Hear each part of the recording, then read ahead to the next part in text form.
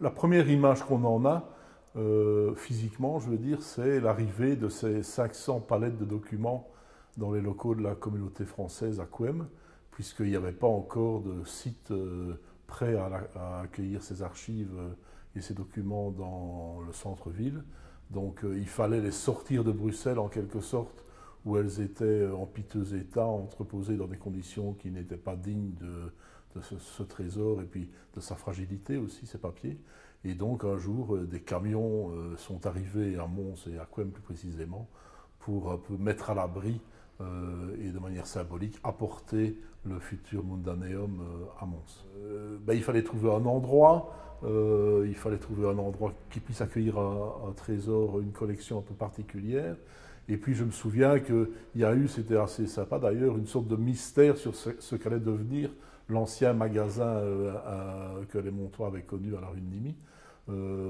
Quand on a appris que François Skeutens et Peter s'en occupaient, on a essayé de savoir entre confrères ce qu'ils allaient pouvoir imaginer quand on connaît leur monde à eux à travers la bande dessinée.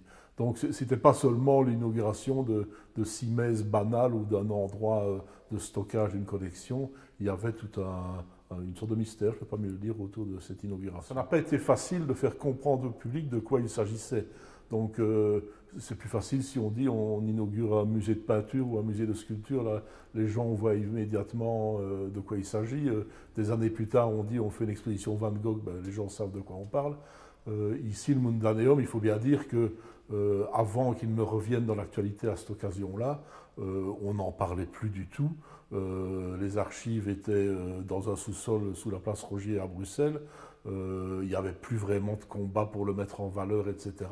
Et donc, il y a eu tout un travail d'explication, de décryptage pour bien expliquer aux gens de quoi il s'agissait, que ce n'était pas un musée au sens strict du terme, mais que c'était une collection d'archives qui avait à la fois une valeur patrimoniale, mais aussi une valeur scientifique, et que ça pouvait être un plus dans une ville où on parle de culture, mais où il y a aussi des universités. Et puis tout de suite, en 1998, là aussi je suis retombé dans les archives sur cette expression Internet de papier. En 1998, on était pourtant au balbutiement d'Internet, mais tout de suite, dans le discours autour du Mundaneum, le lien s'est fait entre la volonté d'Audley Lafontaine de synthétiser le savoir universel et ce qui se passait sur les ordinateurs, qui n'étaient pas encore les ordinateurs qu'on connaît aujourd'hui, évidemment. Et donc, le lien a été fait.